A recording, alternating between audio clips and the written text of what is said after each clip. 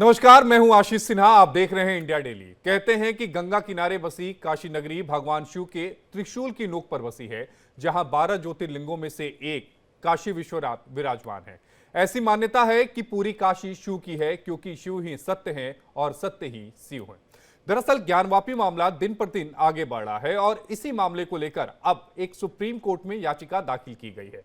दरअसल कोर्ट को यह तय करना है निचली अदालत को कि ज्ञानवापी मंदिर है या मस्जिद। वहीं एक बार फिर से ज्ञानवापी का मुद्दा सामने आया है। बनारस की 4 महिलाओं ने सुप्रीम कोर्ट में एक याचिका दाखिल की है।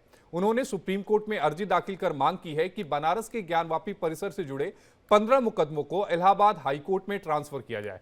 इसके साथ ही याचिकाकर्ता महिलाओं ने ज्ञानवापी में दर्शन और पूजा का अधिकार भी मांगा है। ऐसे में सवाल ये उठता है कि क्या वजह है कि सभी मुकदमों को इलाहाबाद हाईकोर्ट में ट्रांसफर किया जाए।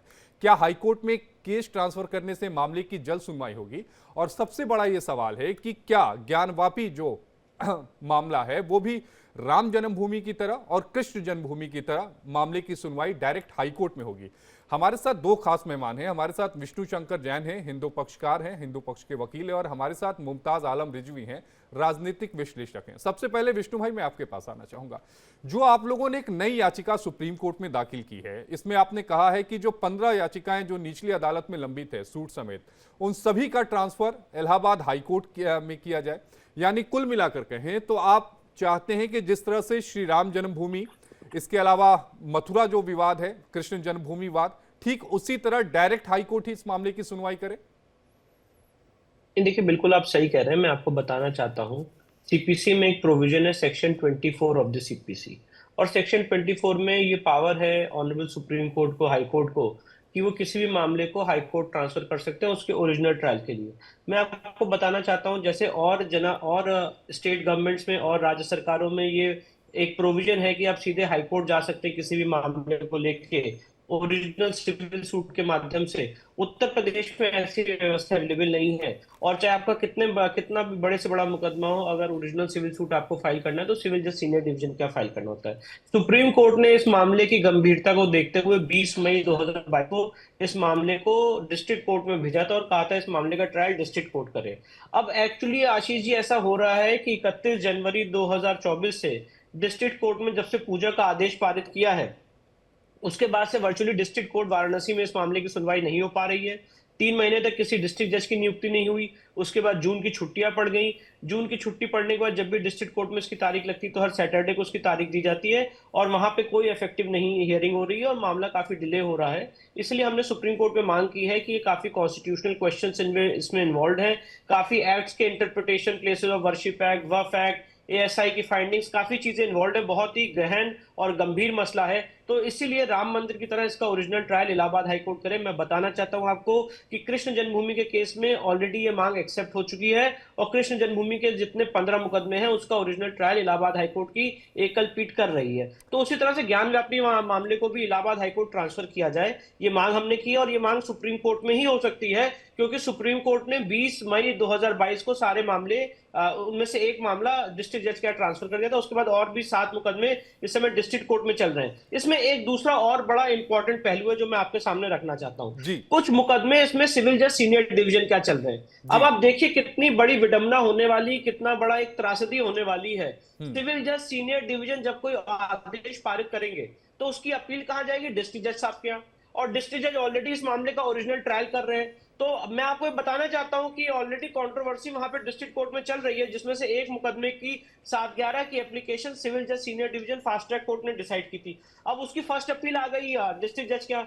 अब वहां पे मामला ये हो रहा है कि डिस्ट्रिक्ट जज उसको सुने कैसे, क्योंकि डिस्ट्रिक्ट जज ऑलरेडी ओरिजिनल ट्रायल देख रहे हैं इसी मुकदमे का, सेम प्रॉपर्टी का 7 अलग मुकदमों में। तो कैसे सुनवाई हो? तो ये बहुत बड़ी एक लीगल डिफिकल्टी खड़ी हो गई है। वहां पे डिस्ट्रिक्ट कोर्ट में वर्चुअली सुनवाई नहीं हो पा रही है। और भी बहुत सारे कारण है डिस्ट्रिक्ट कोर्ट में मुकदमा नहीं आगे बढ़ सकता है। वो बातें मैं यहाँ पे नहीं बोल सकता हूँ। इसलिए हमने सुप्रीम कोर्ट में कहा है कि in the fitness of the things ये बेटर होगा कि ये सारे के सारे 15 मामले इलाहाबाद हाईकोर्ट ट्रांसफर कर दें। विष्णु, मैं आपकी याचिका पढ़ रहा था। अपनी याचिका में आपने कहा है कि इस पूरे मामले में ऐतिहासिक तथ्य हैं, इसके अलावा पुरातत्व संबंधित सवाल है, हिंदू लॉ की व्याख्या की बात है, संवैधानिकता का मुद्दा है, प्रतिकूल कब्जे के कानूनी व्याख्या है। संविधान के भाग 3 के तहत मौलिक अधिकारों का विशेषकर अनुच्छेद 13, 21 और 25 की व्याख्या का मुद्दा शामिल है। इसलिए बेहतर यह होगा कि हाईकोर्ट ही इस मामले की सुनवाई करे। जी बिल्कुल, देखिए बहुत सारे कॉन्स्टिट्यूशनल प्रश्न इन्वॉल्व हैं। अब वहां पे आज से 1500 अगर 1670 में औरंगजेब ने जगह को तोड़ा था कि नहीं तोड़ा था, उसका जो फरमान है उसकी क्या कॉन्स्टिट्यूशनल वैलिडिटी, आर्टिकल 13 के परिप्रेक्ष्य में जो प्लेसेस ऑफ वर्शिप एक्ट है यहाँ पे लागू नहीं होता है, उसकी क्या वैलिडिटी है, वक्फ एक्ट यहाँ पे लागू नहीं होता है, उसकी क्या वैलिडिटी है, जो तथ्य मिले हैं आशीष जी चीख चीख के कह रहे हैं कि हिंदू मंदिर का परिसर है, उसकी क्या कानूनी वैलिडिटी है। बहुत सारे लीगल प्रश्न इसमें उत्पन्न हो रहे हैं। क्या कोर्ट जो 1670 में औरंगजेब ने अपनी तलवार से किया था आज उसको अंडू कर सकती है अपनी कलम से? और उसके लिए जो यहाँ पे सबसे इंपॉर्टेंट बात है, स्वयंभू का आर्ग्यूमेंट है। जी। ये राम मंदिर के केस से थोड़ा भिन्न है। यहाँ पे स्वयंभू देवता का परिसर है, और अगर स्वयंभू देवता का परिसर होता है तो वहां पे देवता अप्रत्यक्ष रूप में मौजूद रहते हैं। हिंदू लॉ के इंटरप्रिटेशन का सवाल है, दीन मोहम्मद का जो जजमेंट आया था उसके इंटरप्रिटेशन का सवाल है। तो काफी कॉम्प्लेक्स क्वेश्चंस हैं, इसलिए हमने मांग की है कि इसको इलाहाबाद हाईकोर्ट ट्रायल करे। और मैं एक बात और कहना चाहता हूं जी भाई, इस मांग से अंजुमन इंतजामिया या मुस्लिम पक्ष प्रेजुडिस नहीं होगा, क्योंकि हम ये नहीं कह रहे इसकी हियरिंग ना हो, इसकी हियरिंग हो और 3 जजेस इसकी हियरिंग करें। इलाहाबाद हाईकोर्ट के 3 सीनियर मोस्ट जजेस इसकी हियरिंग करें। ऐसा राम मंदिर के केस में हो चुका है और उसकी फर्स्ट अपील सीधे सुप्रीम कोर्ट आएगी। तो दोनों पार्टीज को त्वरित न्याय मिलेगा, एक इंपॉर्टेंट एक बेंच रहेगी जिसमें आप अपनी बात रख सकते हैं। और अंजुमन इंतजामिया ने तो बराबर जो सिविल जज सीनियर डिवीजन है उनके ऊपर आक्षेप किया है, जो डिस्ट्रिक्ट जज साहब हैं जिन्होंने अभी रिटायर हुए honourable Mister Justice A K. Vishvesh, उनके ऊपर पर्सनल टिप्पणी की गई है। तो बेहतर है कि इलाहाबाद हाईकोर्ट इस मामले की सुनवाई करे।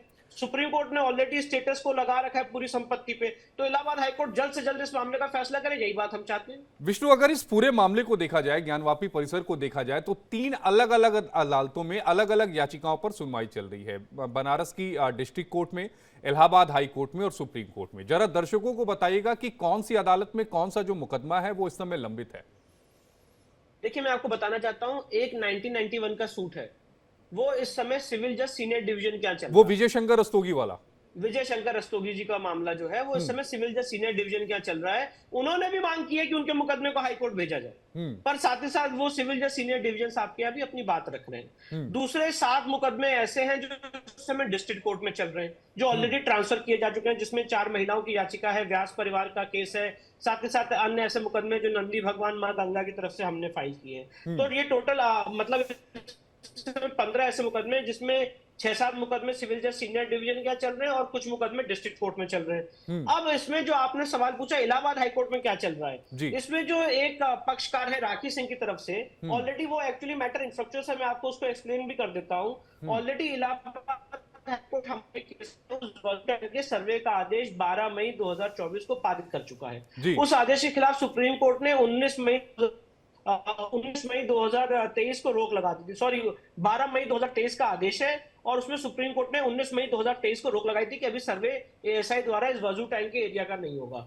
वही सिमिलर प्ली इस समय उन्होंने भी रेस की थी, पहले डिस्ट्रिक्ट कोर्ट में रेस की थी। डिस्ट्रिक्ट कोर्ट ने कहा कि भैया सुप्रीम कोर्ट ने ऑलरेडी स्टे लगा रखा है तो हम कुछ नहीं कर सकते। उसके खिलाफ वो इलाहाबाद हाईकोर्ट गए हुए हैं। Honourable Mister Justice Rohit Ranjan Agarwal की बेंच है जो इस मामले को सुन रही है, और उनका भी ये कहना है कि ऑलरेडी जब सुप्रीम कोर्ट का स्टे लगा हुआ है तो हम इसमें आगे नहीं बढ़ सकते हैं। तो यही एक मामला है, यही एक एकलौता मामला है जो इस समय इलाहाबाद हाईकोर्ट में ज्ञान व्याप्ति से संबंधित पेंडिंग है। बाकी सारे मुकदमे इस समय या तो सुप्रीम कोर्ट का भी जिक्र कर दीजिएगा, क्योंकि सुप्रीम कोर्ट में आप लोग की तरफ से जो एक आईए दाखिल की गई है वो बेहद अहम है, जिसमें आप ये कह रहे हैं कि वजू खाना में जो शिवलिंग मिला है उसकी एएसआई सर्वे की बात कर रहे हैं। आपका दावा है कि जो शिवलिंग है वो नीचे से ऊपर की तरफ आए हैं और जहां शिवलिंग होता है वहां पर कुटुंब होता है। आपने बिल्कुल सही कहा। देखिए, हुआ ऐसा है कि जब इस पूरे परिसर का एडवोकेट कमीशन द्वारा सर्वे हो रहा था, आपको याद होगा 14, 15 और 16 मई 2022 को, मुझे डेट्स बहुत अच्छे से याद हैं। 16 मई 2022 को यहाँ पे शिवलिंग बरामद हुआ था इस तथाकथित मस्जिद के फर्स्ट फ्लोर पे वजू टैंक के एरिया में। उस शिवलिंग को हमने इमीडिएटली मांग की थी कि शिवलिंग ये तोड़ सकते हैं, और सिविल जज सीनियर डिवीजन साहब ऑनरेबल रवि कुमार दिवाकर साहब ने उसको सील कर दिया था। उस सीलिंग के ऑर्डर को सुप्रीम कोर्ट में भी चुनौती दी गई थी, सुप्रीम कोर्ट ने सीलिंग के ऑर्डर को इंटैक्ट रखा।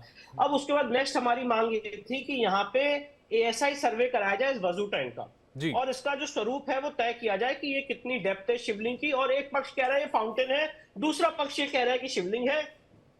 तो किसी की ओरल गवाही तो उसमें हो नहीं सकती है, साइंस की जरूरत है। साइंस क्या कहता है और हमने साइंस के द्वारा इन्वेस्टिगेशन की मांग की। इस मांग को ऑनरेबल डिस्ट्रिक्ट कोर्ट वाराणसी ने रिजेक्ट कर दिया अक्टूबर 2022 में। इसके खिलाफ हम इलाहाबाद हाईकोर्ट गए। इलाहाबाद हाईकोर्ट में लंबी हियरिंग हुई। एएसआई ने 54 पेजेस का एफिडेविट फाइल किया आशीष जी, और एएसआई ने कहा कि इसकी हम सर्वे की कर सकते हैं, बिना शिवलिंग के एरिया को डैमेज किए हुए सर्वे को हम कंडक्ट कर सकते हैं। उसके बाद यहाँ पे ऑनरेबल इलाहाबाद हाईकोर्ट ने दोनों पक्षों को सुनने के बाद 12 मई 2023 को कहा कि एएसआई शिवलिंग के एरिया का, वजू टैंक के एरिया का सर्वेक्षण करे।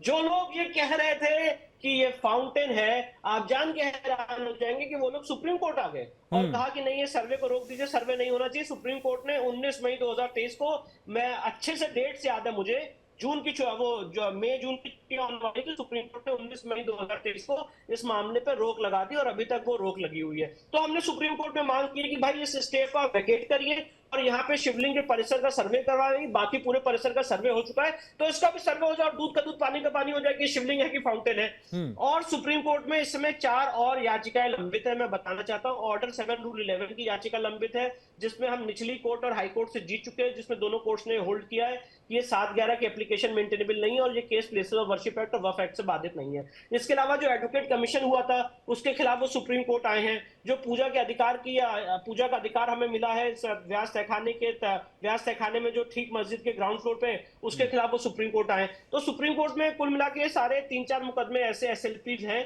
जो इस समय सुप्रीम कोर्ट में लंबित है। मुमताज आलम साहब, आप विष्णु शंकर जैन जी को आपने सुना होगा। विष्णु शंकर जैन जी कह रहे हैं कि अगर इलाहाबाद हाईकोर्ट ही इस पूरे मामले का निपटारा कर ले, डायरेक्ट ही सुनवाई कर ले, तो इसमें दिक्कत क्या है, क्योंकि मामला पुराना है। तो ऐसे में सीधा इलाहाबाद हाईकोर्ट, कई सारे कॉन्स्टिट्यूशनल क्वेश्चन इन्वॉल्व है, तो इलाहाबाद हाईकोर्ट ही सुन ले। देखिए, ऐसा है आशीष जी, हम तो शुरू से एक चीज कह रहे हैं कि जब प्लेसेस ऑफ वर्शिप एक्ट बनाया गया 1991, उसका मकसद क्या था? उसका मकसद यही था कि बाबरी मस्जिद को छोड़ करके बाकी जो 1947 के बाद जो चीजें हैं वो एज इट इज रहेंगी, उसमें किसी तरह का छेड़छाड़ नहीं किया जाएगा।